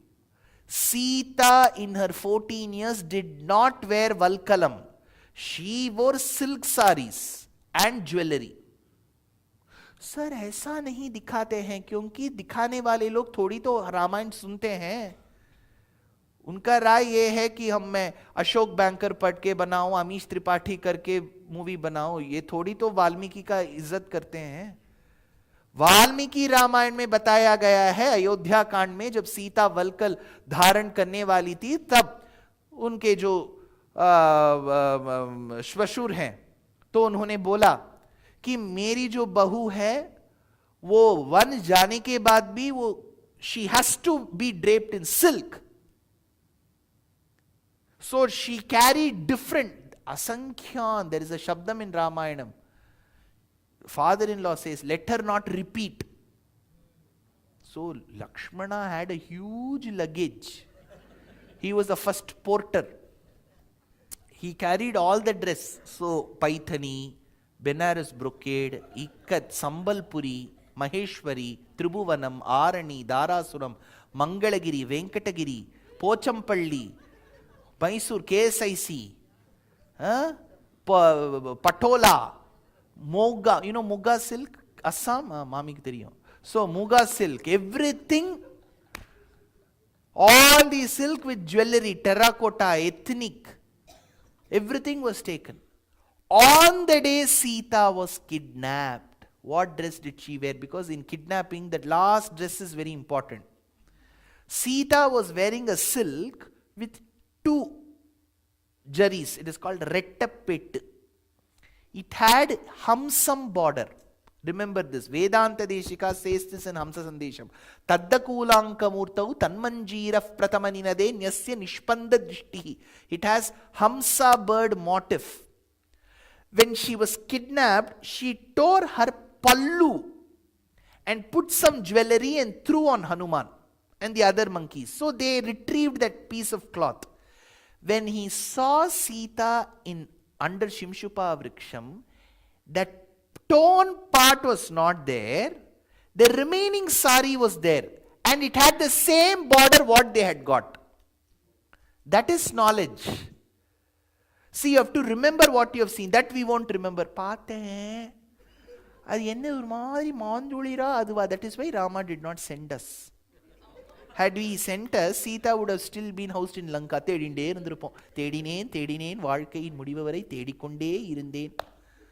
would have kept searching for Sita. Hanuman, that is why in Ramayanam, if you check the line, go check Ramayanam. Tarkayamasa Siteti is Hanuman Shlokam. Through logic, he concludes this must be Sita. In that logic word, the sari is an important thing. Second, Ekastha Hridayanunam Rameva Anupashyati. She was looking at one direction, presuming that Rama is in that direction with tears flowing down her cheeks. So Hanuman concluded, this lady seems to be crying. So this also could determine this is Sita. Why did that knowledge come to Hanuman? Not because he was Pavan Putra Hanuman, Surya Sishya Hanuman. Because he had offered bhakti to Rama. Rama bhakti will give that knowledge. Shravanam, Kirtanam, Vishnoho Smaranam, Padasevanam, Archanam, Vandanam. Next is Vandanam, then Dasyam. This Vandanam I had left. What is Vandanam? Vandanam generally means offering your salutations. Putting your palms together is Vandanam. Vandan karo, this is Vandanam. In Natya Shastram, this is called Anjali Mudra. Have you heard of this mudra? Oriyali, Rendali, Moonali, Nalali? Anjali. Oh, you have heard of this Anjali Mudra? Why is it called Anjali? There is a beautiful explanation. Listen to this. Jalayati iti Anjali. Why is the word in Sanskritam called Anjali? Jalayati. Suppose I am standing opposite a person. I am putting my palms together. Sir, please forgive me. I am putting these palms together. You know, they say, haath jodo, right? Put your palms together. When I say forgive me, the opposite person will feel very bad, it seems. Ayyo, ye haath jhod raha hai mere samne. To usko dukh aa jayega. Why is he doing this? So the opposite person will start shedding tears. That tear is water, jalam. Since my mudra makes the opposite person shed tears, this mudra is called Anjali. You're able to understand the meaning? Jalayati, I am not shedding tears. The way I put my palms, the opposite person will start shedding tears. So it is called Anjali. That is why they say before God you put your palms together, God will start shedding tears. Arey, ye kaisa hai? Jalayati Anjalim Paramamudra Kshipram Devav Prasadini, says Vedanta Deshika. It will immediately, that is why whoever, WhatsApp, who acquired WhatsApp? Facebook. Facebook acquired WhatsApp. So there you get those emoticons. Have you checked that? Siri Kramari, you get those, the big circle with that smile. You have seen all that? In that there is one Anjali Mudra. Have you seen? The moment you put thanks, immediately that will pull that and you can put that. Many people, now in the last 4 years, everybody has learned Sharanagati. Everybody for this thing, thanks. Please come to the discourse, they'll put this, which means I won't come. Enna poi kuppadadinga naala kada kettu varavana enna nenachuntel. So that is. So Anjali Mudra, where do we know the sea? Narakasura ruled a place called Pragjyotishapuram. Pragjyotishapuram, some of them say it is current day Assam and some say it is Thailand. So after winning over Narakasura, Krishna establishes the rule of law in that country. Narakasura's son, Bhagadatta, he goes westward. So Bhagadatta settles in a city with his tribe. Later that became Bhagadatta wood, Baghdad. We call that word, right, Baghdad. Bhagadatta's tribe settled there. So this Bhagadatta was an important ally of Duryodhana. So in that Mahabharata Yuddham, Bhagadatta comes with his army and fights the Pandavas. At one point in time, Bhagadatta releases an astram called Narayanastram. I'll tell you how Dhanurvidya works. In those days, if they release an astram, they will invoke a devata. They will invoke Agni, it will be called Agneastram. They will invoke Varuna Deva, it will be called Varunastram. They will invoke Gandharva, it is Gandharvastram. They have to invoke a devata. But while invoking that devata, they will not tell the opposite person, Abhi, मैं Agni Devata का आह्वान करता हूँ. थोड़ी तो ऐसे बोलेगा. He won't tell. And they will be at least 700, 800 meters away. Two fighting people will be that far. In our old movies, they will be only 10 feet away. And that time in Telugu movies, this Ranga Rao will come and start singing on that battlefield. Wo Rama meeku endu kavala. You will be singing in Kedara Gaula on the battlefield. Will you go? Ukraine war being fought. Whoa, Zelensky. Whoa, whoa, will you sing? But Rangarao will sing 63 songs. Ghantashala will sing. Ghantashala will sing. Kedaragaulam, Mohanam, Neelambari. Then finally they will release that astram. And that person will be standing here. But that arrow will go for 5 minutes. But technically Yuddham didn't happen like this. They will be 700, 800 meters away. Less than a kilometer. They'll be far. And while releasing that astram, the person will not say, I am releasing Agneya astram. Then how will the other person know what astram is releasing? That is when eyesight was very important. See, we have heard of Arjuna saying that I can see that eye of that bird, that eyesight. See, even today if you have to become a pilot, if your eyesight is not great, you cannot become a pilot. Eyesight is very important. Eyesight and how you mind read and lip read. See, you have heard of those contests where they will just show some lip movements. You have to tell what they are speaking. So if the person invokes Agneya astram, he will invoke Agni. So the eyesight should be so good. From that distance you should see what Devata is invoking. And after, if he is invoking Agni Devata, you have to send Varuna Devata. When there is fire, water has to come. So your eyesight has to be good, your lip reading has to be good, then you should know that mantra and then send it at the correct time. So Dhanurvidya was a big challenge. That is why only few people emerged victorious in that. So this Bhagadatta released an astram called Narayana astram. See, remember, for every astram there will be a pratyastram. Pratyastram means opposite astram. You can always counter it. When Narayana astram was invoked, Arjuna got worried. He said, Krishna, Bhagadatta has invoked Narayana astram. I left that for choice in my syllabus. I didn't learn that. What is the pratyastram for Narayana astram? I have to put that now. There should be a prati. That is when Krishna sat. He said, hey Arjuna, I made a grave mistake by telling you Bhagavad Gita. Had I told to the Astikas of Merrillville, they would have done a better job. Arjuna asked, why? Kyun aise baat kar rahe hain, Kanhaiya? Krishna said, throughout the Bhagavad Gita I have said one thing. There is no one equivalent to me. Vasudeva samo devaha na bhuto na bhavishyati. No one who is equivalent to me.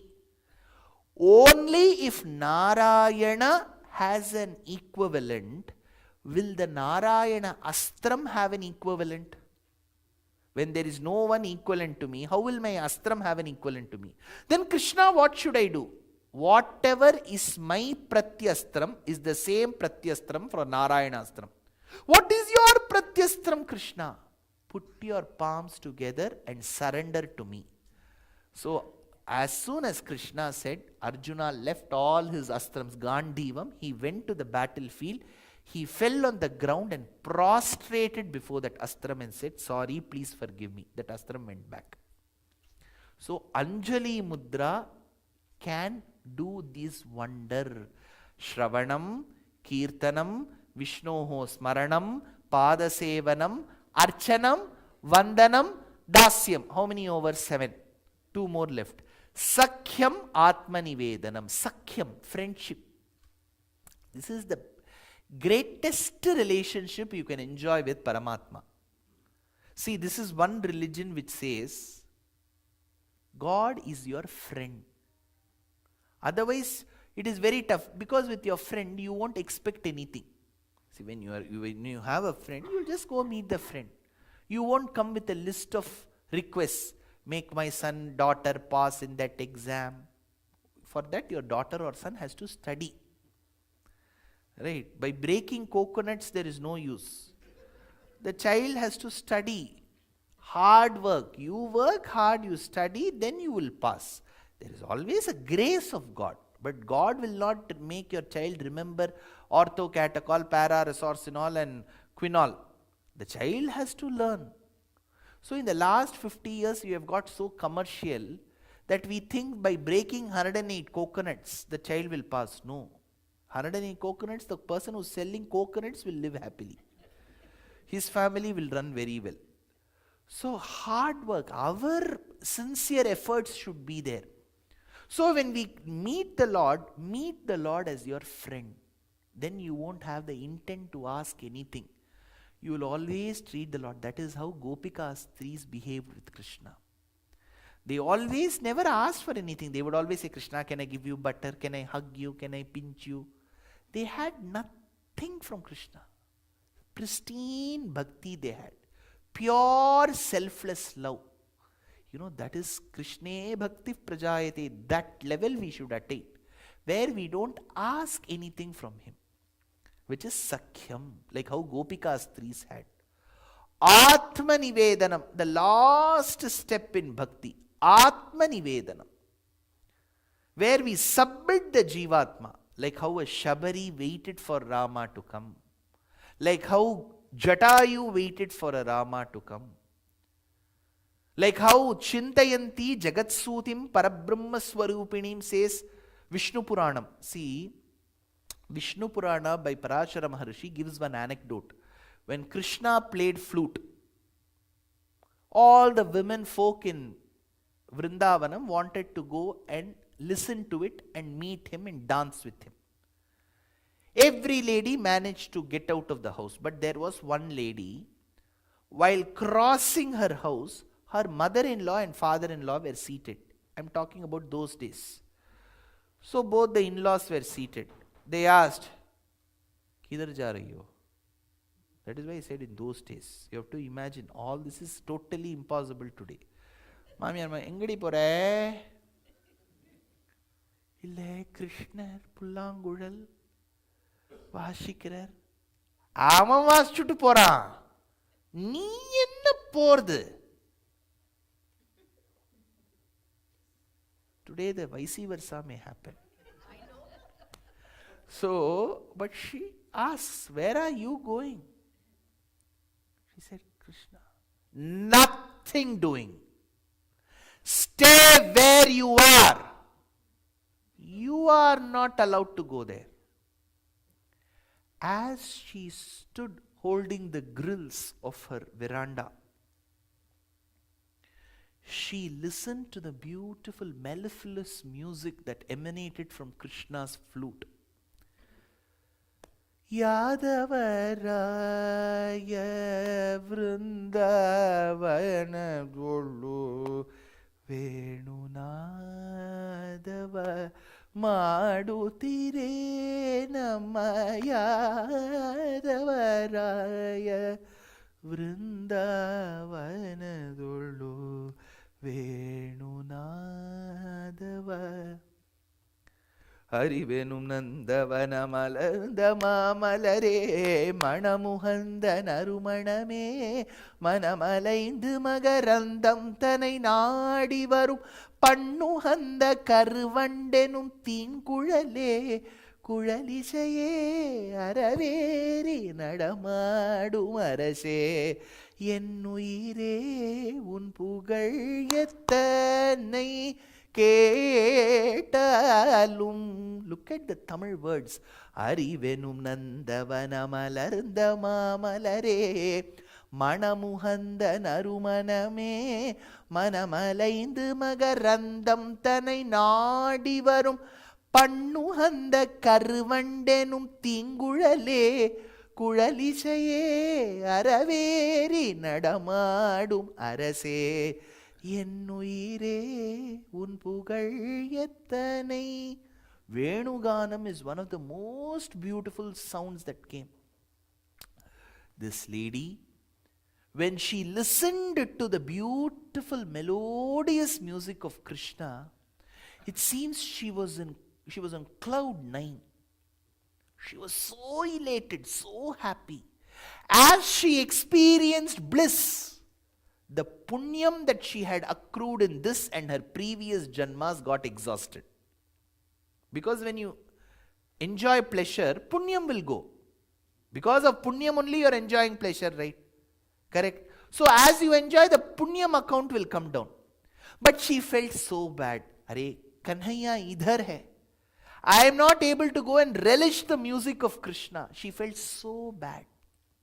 Because she felt sad, bad, her papam got exhausted. See, when you feel sad or you're going through sorrow, it means it is because of your sins. Since she had sins, she experienced sorrow. Because she experienced sorrow, the sins came down. Because she experienced pleasure because of the Venuganam, her punyam came down. Both punyam and papam reached zero. When the account is nil balance, she got moksham. Chintayanti jagatsutim parabrahma swarupinim. She held the grills. She felt sad, papam went away. She felt happy, punyam went away. That very second she got moksham. Atma nivedanam. She submitted her Atma. So what are the 9 lakshanas for bhakti? Shravanam, like Prahlada.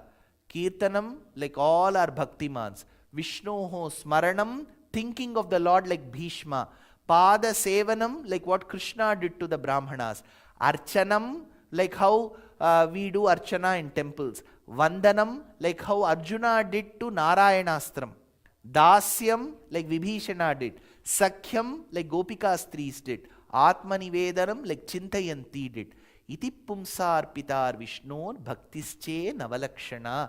These are the 9 lakshanas of bhakti as explained by Prahlada to his father Hiranyakashipu, as elucidated by Shukabrahmam to Parikshit in the 7th canto of Srimad Bhagavatam, which is different from the Bhakti Yogam told by Krishna to Arjuna in the 7th to the 12th chapter of Bhagavad Gita. That is Bhakti Yogam, which is Upasana or Sadhana. This is Bhakti, which is a catalyst leading to Bhakti Yogam. These are the 9 lakshanas of Bhakti, which says Prahlada. That I have been given 1 hour and 30 minutes. I told in 1 hour and 31 minutes. I have exceeded by 1 minute. Kavitarkika Simhaya Kalyana Gunashaline Srimate Venkateshaya Vedanta Gurave Namaha. This is my 3rd time in this temple. I am extremely indebted. Last year, in the month of June, July, I had to first come to Merrillville and perform. But at that point in time, because of the pandemic, there was shortage of staff at the US Embassy in India. So whichever way we worked, the visa couldn't get processed. But I'm so thankful to the Astikas and the volunteers of this beautiful temple for having called me again, and in particular to Sri Arun for being such a source of inspiration and being such a wonderful human being and an Astika and called me here. I am extremely thankful to him, to the board members and committee members of this wonderful temple, to the priests of this temple, to the Astikas who have gathered on a Sunday morning, and of course to my hosting family, Sriman Narayanan Tirumalai and his family, for hosting me. I've been speaking in Chicago at the Lemon Temple for the last 6 days on Srimad Bhagavata Mahapuranam in English, 2 hours. It's a paid event and we have close to 250 members on weekdays. And today is the last day. Between 3:30 and 5:30 I will be concluding with Rukmini Kalyanam, Rukmini's marriage to Krishna. 3:30 to 5:30, the last day, 7th day today. From tomorrow evening, for a series of 7 days, I'm doing Bhagavata Saptaham in English at Frisco in Dallas. So it's been today is my 35th continuous lecture in the US. So I've been traveling to 8 cities, 4 red-eye flights. So across the US, I was a bit worried because after the pandemic, I'm coming. Before pandemic, I've come. After the pandemic, viewing and listening patterns have changed. People are happy listening, keeping their video off and on Zoom. So coming live, I don't know how many, and that too weekdays in the US, because even festivals are celebrated on weekends.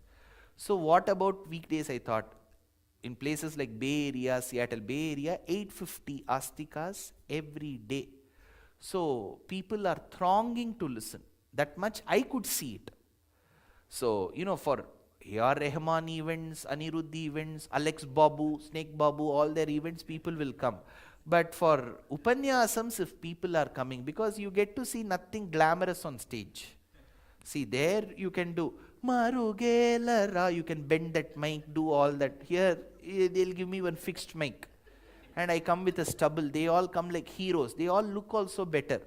So they come with a jacket, they will throw that jacket, 4 women will catch, they will give it back. I can't throw my Angavastram. Right, Uttariyam, if I throw it is not good, because it is Achara Vastram. I can't throw. But all of you are listening. So that proves that with the grace of our Acharyas, you all have brought Bhakti to this land. As you have come from India, you have just not carried your luggage, you have brought Bhakti. May this Bhakti, the Kalacharam that you have brought, continue and percolate to your generations ahead. 100 years later also in the same temple, Bhagavatam should happen. That should be, because people construct temples. See, constructing temples with a few $1 million you can construct. But to keep a temple alive, you need culture. See, temple is just not mortar, wood, bricks. It is about how much of vibrations you give to the temple. Constructing temple is one task, but how do you bring life to the temple? One is through music, second is through dance, and third is through lectures. That is what will keep the temple, our places of worship are not silent places, come keep quiet, dhyan karo jao. This is not meditation center. It has to be live. People have to do bhajan, they have to do Nava Sankirtanam, recitation, listening. It's a beautiful cultural potpourri that we should see. And such events can happen only when Astikas like you come together. I'm so happy to see such bright faces, extremely indebted. Thanks, Arun. Kavitarkika Simhaya Kalyana Gunashaline Srimate Venkateshaya Vedanta Gurave Namaha. Namaskaram. Thank you. You have questions, you can ask. We'll have 1 or 2 questions. My request is, try to keep it in English, because there are people of other languages. I will also try answering. We pray to God. Is it powerful when you just in front of the God to chant? Or sometimes we go in the kitchen, keep chanting Sahasranamam. Is that you? So there are 2 things, ma'am. As per Sanatana Dharma, our Vedic civilization, God is omniscient and omnipresent. He stays in every pillar, whether we are in the kitchen, whether we are in the whichever room in our house, He is there. There is no doubt. So when you are doing your daily household activities, anybody, you can recite wherever you want. There is nothing like only if you have to sit here and recite. This is set. Wherever, while driving also you can recite. No harm. Wherever you are, God is there. The other thing is, in a temple, it is just not Nigamam that determines. Nigamam is Vedam. There are 2 things in Sanatana Dharma. Nigama, Agama. Nigamam is Vedam. Vedam says God is everywhere. So while driving, gym, work, you can recite. Agamam states, you do all of that, but when you are in a temple, when you are in a group of Bhagavatas, try reciting in the presence of God. So, let's say you are at your house. Besides the other activities, you are also reciting shlokas. Continue doing that. But when you come to a temple, preferably, again there is no rule, preferably Agamam says in the presence of God. Sannidhanasya kurvan. Sannidhanam means nidhanam, sannidhanam, in the presence. That's why it is called sannidhi. So you stay in the presence of Lord. There the logic cannot work that God is there everywhere. Here you have to stand in presence of God. But in your house or wherever you reside, think of the Lord, because you are adding divinity to the place. Remember, every place is important in this world, but you are making this place sacrosanct. To make it sacrosanct, only your recitation will add power to the place. So it's that vibrations, we talk these days, right? Vibes. That vibes will come only when you recite in presence of the Lord. But otherwise, wherever you recite doesn't matter.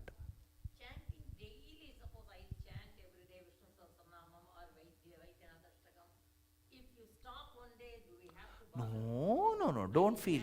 No problem at all. See, that is where People ask, the Western religions are a lot more organized. Every Sunday you have to come. Every Friday you have to do. People ask, in Sanatana Dharma, why that rule is not there? Because this religion was never meant to be organized. It was a very open religion. You can customize it the way you want. So, you are trying to recite something so that you keep yourself in good spirits and people around you in good vibrations. 1 or 2 days if you don't recite, you don't have to feel guilty, bad, nothing bad will happen, nothing will happen. God is your friend, Sakhyam. 1 day you call your friend, 2 days you don't call, what will the friend think of you? Nothing. It's a very nice, simple, friendly religion. No worry at all. When bhakti is there, no position to worry, no bhayam. Bhakti, he is your friend. Treat God as your friend. Thank you. Last question. Ah. How do you define annadana? Feeding the poor or feeding anybody? See, in those days, bhojanalayams or annachatrams were there. In Mahabharata times also, there is a mention of annachatram, where they will keep food and people used to be served. Because at all points in time, not everybody can be at the same economic status. Even Ramayana times, there will be a poor man, there will be a rich man. We are told only about the rich people like Rama, Krishna. There were poor people also in those days. So, annachatram, the needy are being fed. That is true. But I'll give you a very practical problem. Probably when you all grew up in India, I'm sure most of you would have grown up in India and you have spent your younger days. If there is some food remaining or some food, there will be people who will come on the streets whom you can give that food. Today in the US, even in India now, the problem is we are that poor people. So if that food is remaining, so we have to have it the next day. So there is technically no person who will come outside our house and say, give me what you made idli yesterday. We are that idli eaters. Old food, yeah. Oh, so we are those needy people. So, if your question is whom to serve, ideally to the needy people. But there is no harms. Just because some person is having a good house, it doesn't mean you should not serve that person food. So, it is called Bhagavata Upacharam. So, it is called Tadiyaradhanam Param. In Sanskritam, there is a shloka from Vishnu Dharmottara Puranam. Vishnoraradhanam param tasmat aradhanam sreshtam tadiyaradhanam param. The greatest aradhanam is Vishnu aradhanam. Beyond that, what is the great aradhanam? The Purana asks, tadiyaradhanam param. Tad shabdam in Sanskritam means of his, which means serving the Lord is great. Greater than that is serving his devotees. Tad aradhanam tadiyaradhanam param. That is why there is tadiyaradhana unda kepa, which means serving the devotees. You put a leaf and you serve them. So those devotees could be rich, middle class, however they are, you have to serve them. So technically, if we keep going in search of needy people, you may have to go for certain orphanages, you may have to go to some retirement homes and serve them. Or if you serve the Lord's devotees also, that is annadana. So dhanam doesn't mean only for the needy. It means even for the learned. Any other question? That's all?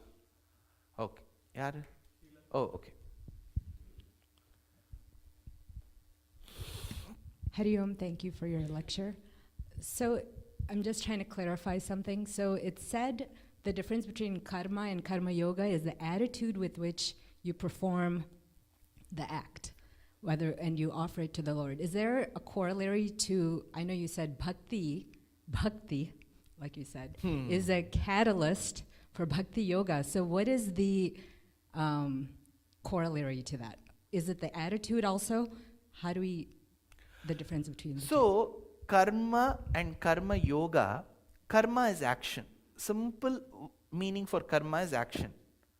But an action is always associated with an effect. For example, I study well today. There will be a phalam for that studying. So Krishna tells in Karma Yoga, Karmanyeva adhikaraste ma phaleshu. So he says, you expect the result, but give that expectation and the fruit to me, which essentially means do your duty, you will have an objective. Okay, if if a child is studying today, they know that if I study these many marks, if I get these many credits in the AP courses, and with a good statement of purpose, I may go to that particular university. So there is an objective. The child is not doing just for the sake of doing. The child knows if I do this, I may get into this university.